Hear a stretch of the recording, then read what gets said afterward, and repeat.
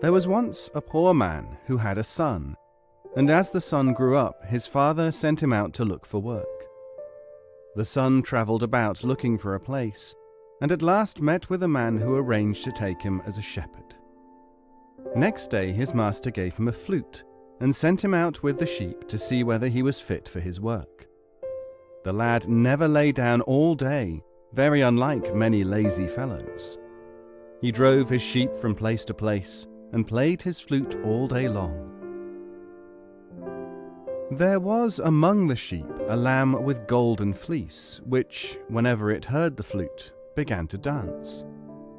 The lad became very fond of this lamb, and made up his mind not to ask any wages of his master, but only this little lamb. In the evening he returned home. His master waited at the gate, and when he saw the sheep all there and all well fed, he was very pleased, and began to bargain with the lad, who said he wished for nothing but the lamb with the golden fleece. The farmer was very fond of the lamb himself, and it was with great unwillingness he promised it. But he gave in afterwards when he saw what a good servant the lad made. The year passed away. The lad received the lamb for his wages and set off home with it.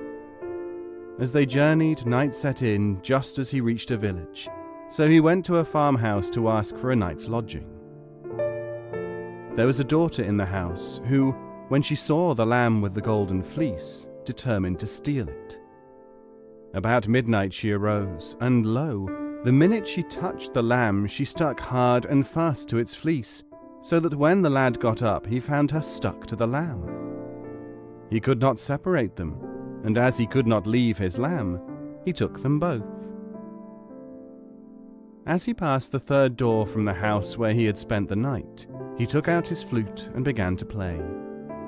Then the lamb began to dance, and on its wool, the girl. Round a corner, a woman was putting bread into the oven.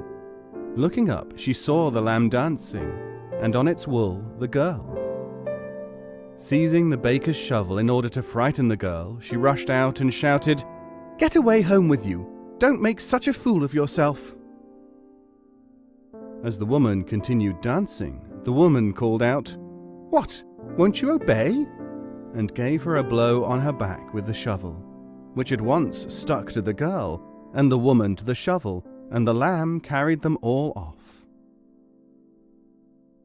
As they went on, they came to the church. Here the lad began to play again. The lamb began to dance, and on the lamb's fleece the girl, and on the girl's back the shovel, and at the end of the shovel the woman. Just then the priest was coming out from matins, and seeing what was going on began to scold them, and bid them not to be so foolish and to go home. As words were no avail, he hit the woman a sound whack on her back with his cane, when, to his surprise, the cane stuck to the woman, and he to the end of his cane. With this nice company the lad went on, and towards dark reached the royal borough and took lodgings at the end of the town with an old woman. "What news is there?" said he.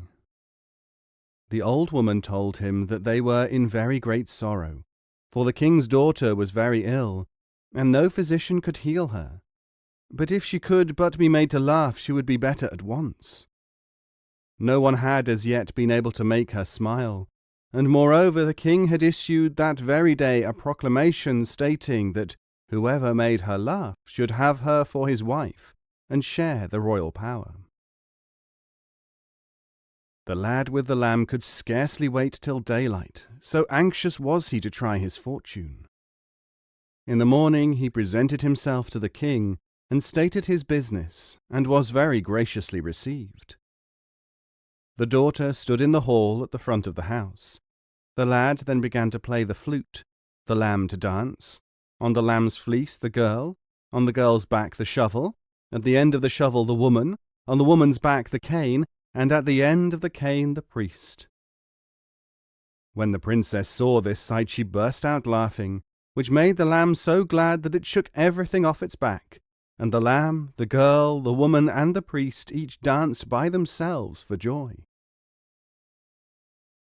The king married his daughter to the shepherd, the priest was made court chaplain, the woman court bakeress, and the girl lady-in-waiting to the princess. The wedding lasted from one Monday to the other Tuesday, and the whole land was in great joy, and if the strings of the fiddle hadn't broken, they would have been dancing yet.